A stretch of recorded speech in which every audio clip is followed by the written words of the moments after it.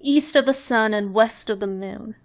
Once upon a time there was a poor husbandman who had many children and little to give them in the way either of food or clothing. They were all pretty, but the prettiest of all was the youngest daughter, who was so beautiful that there were no bounds to her beauty.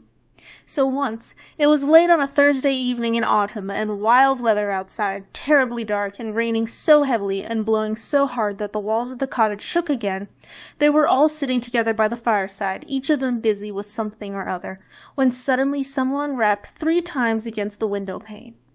The man went out to see what could be the matter, and when he got out there stood a great big white bear. "Good evening to you," said the white bear. "Good evening," said the man. "Will you give me your youngest daughter?" said the white bear. "If you will, you shall be as rich as you are now poor." Truly the man would have no objection to be rich, but he thought to himself, "I must first ask my daughter about this." So he went in and told them that there was a great white bear outside who had faithfully promised to make them all rich if he might but have a youngest daughter.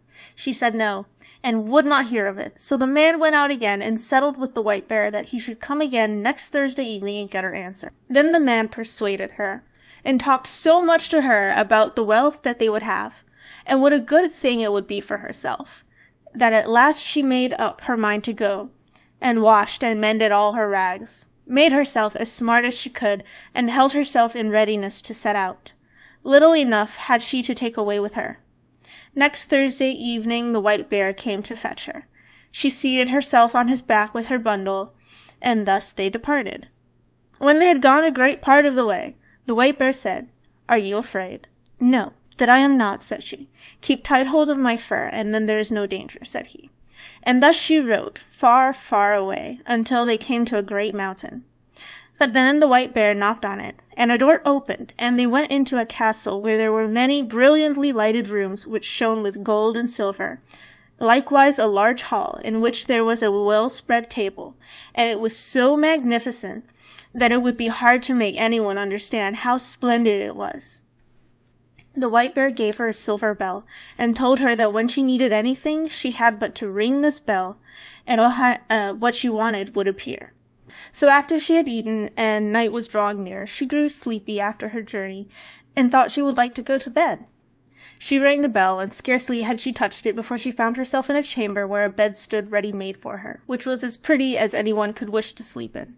It had pillows of silk, and curtains of silk fringed with gold, and everything that was in the room was of gold or silver. But when she had lain down and put out the light, a man came and lay down beside her, and behold, it was the white bear, who cast off the form of a beast during the night. She never saw him, however, for he always came after she had put out her light and went away before daylight appeared. So all went well and happily for a time, but then she began to be very sad and sorrowful, for all day long she had to go about alone, and she did so wish to go home to her father and mother and brothers and sisters. Then the white bear asked what it was that she wanted, and she told him that it was so dull there in the mountain, and that she had to go about all alone, and that in her parents' house at home there were all her brothers and sisters, and it was because she could not go to them that she was so sorrowful. "There might be a cure for that," said the white bear, "if you would but promise me never to talk with your mother alone, but only when the others are there too. For she will take hold of your hand," he said, "and will want to lead you into a room to talk with you alone, but that you must by no means do, or you will bring great misery on both of us." So one Sunday the white bear came and said that they could now set out to see her father and mother, and they journeyed thither, she sitting on his back, and they went a long, long way, and it took a long, long time. But at last they came to a large white farmhouse, and her brothers and sisters were running about outside it, playing, and it was so pretty that it was a pleasure to look at it. "Your parents dwell here now," said the white bear, "but do not forget what I said to you, or you will do much harm both to yourself and me." "No, indeed," said she, "I shall never forget," and as soon as she was at home the white bear turned round and went back again.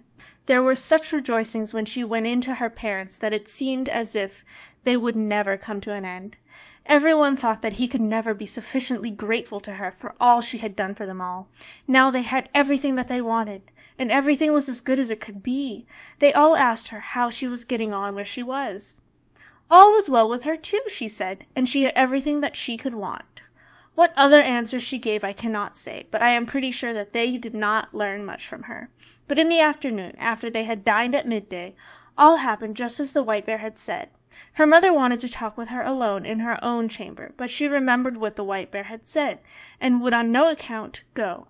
"What we have to say can be said at any time," she answered. But somehow or other her mother at last persuaded her, and she was forced to tell the whole story.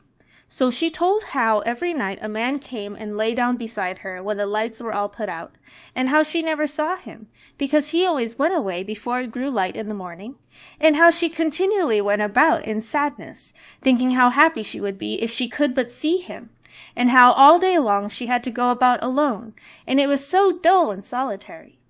"Oh," cried the mother in horror, "you are very likely sleeping with a troll, but I will teach you a way to see him.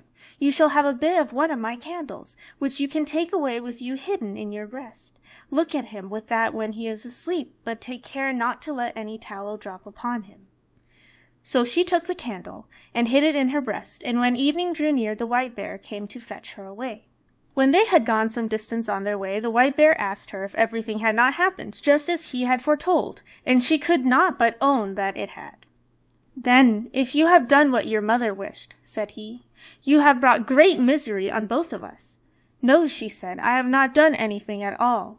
So when she had reached home and had gone to bed, it was just the same as it had been before, and a man came and lay down beside her, and late at night, when she could hear that he was sleeping, she got up and kindled a light, lit her candle, let her light shine on him, and saw him, and he was the handsomest prince that eyes had ever beheld, and she loved him so much that it seemed to her that she must die if she did not kiss him that very moment. So she did kiss him, but while she was doing it, she let 3 drops of hot tallow fall upon his shirt, and he awoke. "What have you done now?" said he. "You have brought misery on both of us. If you had but held out for the space of 1 year, I should have been free. I have a stepmother who has bewitched me, so that I am a white bear by day and a man by night, but now all is at an end between you and me, and I must leave you and go to her. She lives in a castle which lies east of the sun and west of the moon, and there too is a princess with a nose which is 3 ells long, and she now is the one whom I must marry." She wept and lamented, but all in vain, for go he must. Then she asked him if she could not go with him, but no, that could not be. "Can you tell me the way then, and I will seek you, that I may surely be allowed to do?" "Yes, you may do that," said he, "but there is no way thither. It lies east of the sun and west of the moon, and never would you find your way there."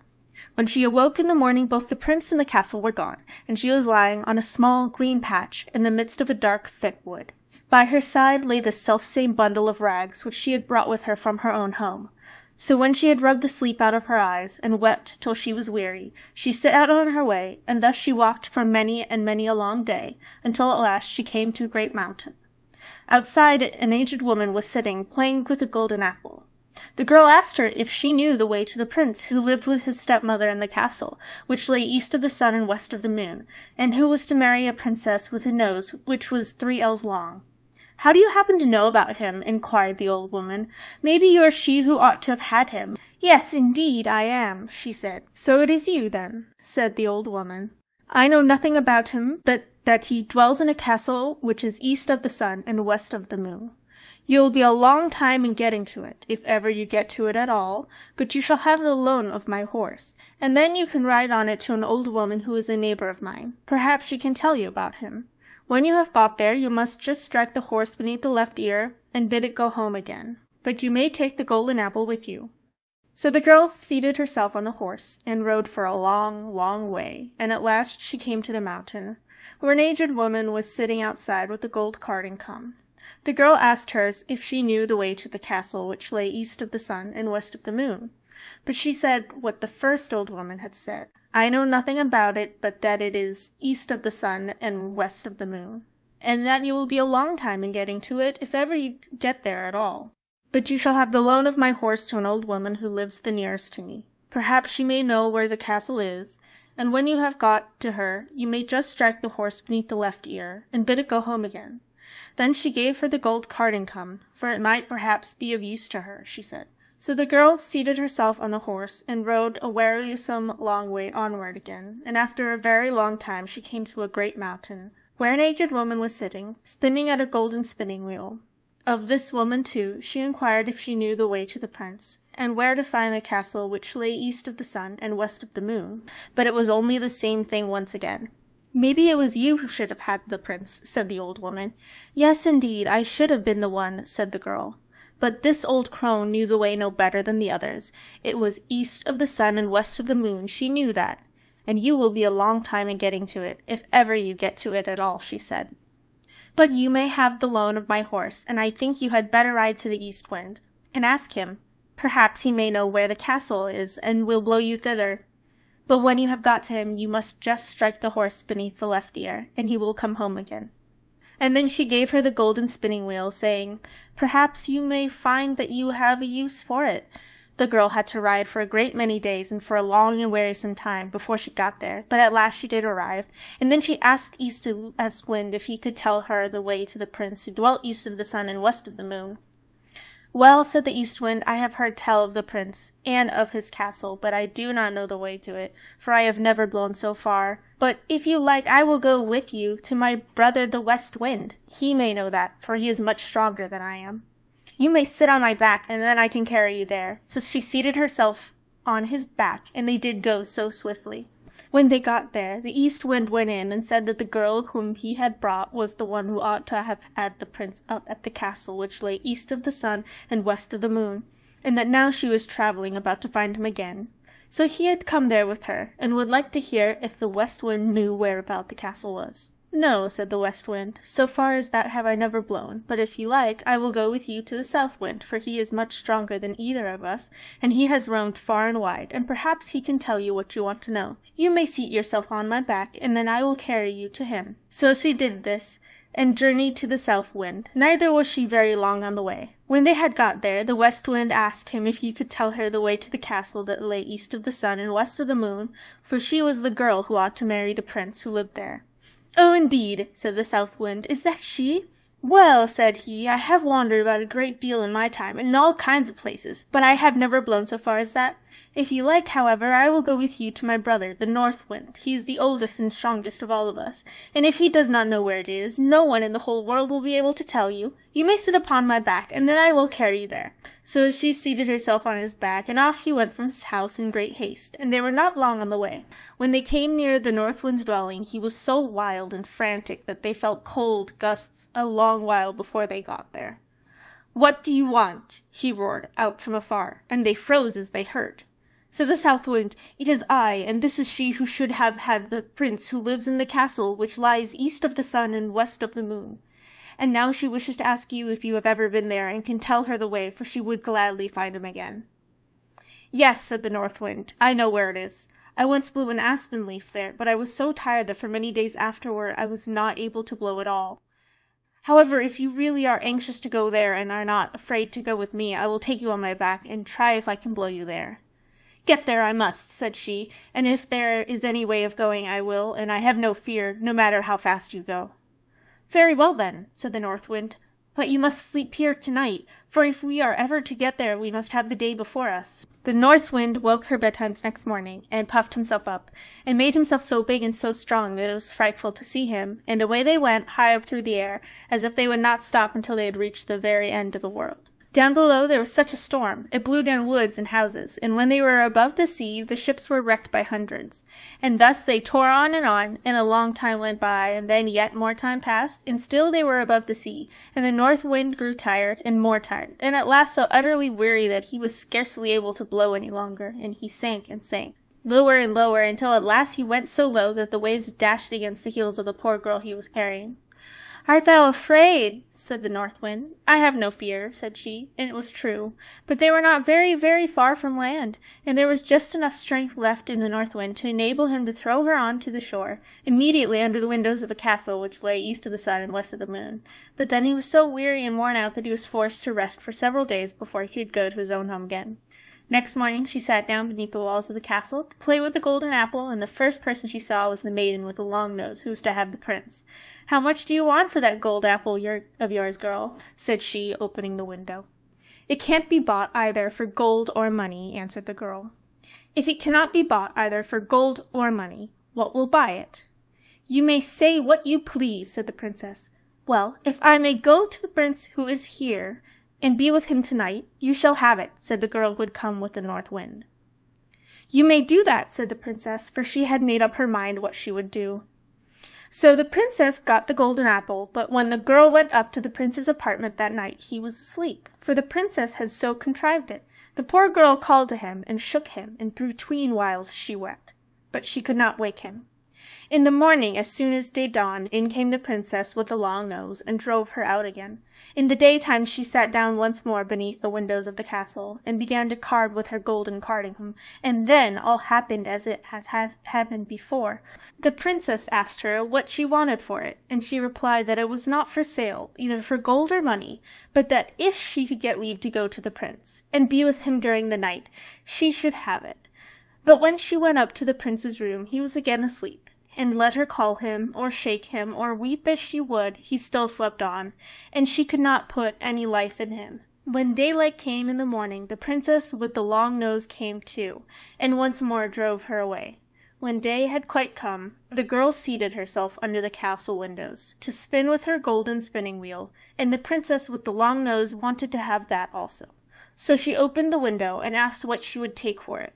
The girl said what she had said on each of the former occasions, that it was not for sale either for gold or for money, but if she could get leave to go to the prince who lived there and be with him during the night, she should have it. "Yes," said the princess, "I will gladly consent to that." But in that place there were some Christian folk who had been carried off, and they had been sitting in the chamber which was next to that of the prince, and had heard how a woman had been in there who had wept and called on him 2 nights running, and they told the prince of this. So that evening, when the princess came once more with her sleeping drink, he pretended to drink, but threw it away behind him, for he suspected that it was a sleeping drink. So when the girl went into the prince's room this time he was awake, and she had to tell him how she had come there. "You have come just in time," said the prince, "for I should have been married tomorrow, but I will not have the long-nosed princess, and you alone can save me. I will say that I want to see what my bride can do, and bid her wash the shirt which has the 3 drops of tallow on it. This she will consent to do, for she does not know that it is you who let them fall on it. But no one can wash them out but one born of Christian folk. It cannot be done by one of a pack of trolls. And then I will say that no one shall ever be my bride but the woman who can do this, and I know that you can." There was great joy and gladness between them all that night, but the next day, when the wedding was to take place, the prince said, "I must see what my bride can do." "That you may do," said the stepmother. "I have a fine shirt which I want to wear as my wedding shirt, but 3 drops of tallow have got upon it which I want to have washed off, and I have vowed to marry no one but the woman who is able to do it. If she cannot do that, she is not worth having." Well, that was a very small matter, they thought, and agreed to do it. The princess with the long nose began to wash as well as she could, but the more she washed and rubbed, the larger the spots grew. "Ah, you can't wash it all," said the old troll hag, who was her mother. "Give it to me." But she, too, had not had the shirt very long in her hands before it looked worse still, and the more she washed it and rubbed it, the larger and blacker grew the spots. So the other trolls had to come and wash, but the more they did, the blacker and uglier grew the shirt, until at length it was as black as if it had been up the chimney. "Oh!" cried the prince, "not one of you is good for anything at all. There's a beggar girl sitting outside the window, and I'll be bound that she can wash better than any of you. Come in, you girl there," he cried. So she came in. "Can you wash this shirt clean?" he cried. "Oh, I don't know," she said, "but I will try." And no sooner had she taken the shirt and dipped it in the water than it was white as driven snow, and even whiter than that. "I will marry you," said the prince. Then the old troll hag flew into such a rage that she burst, and the princess with the long nose and all the little trolls must have burst too, for they have never been heard of since. The prince and his bride set free all the Christian folk who were imprisoned there, and took away with them all the gold and silver that they could carry, and moved far away from the castle which lay east of the sun and west of the moon.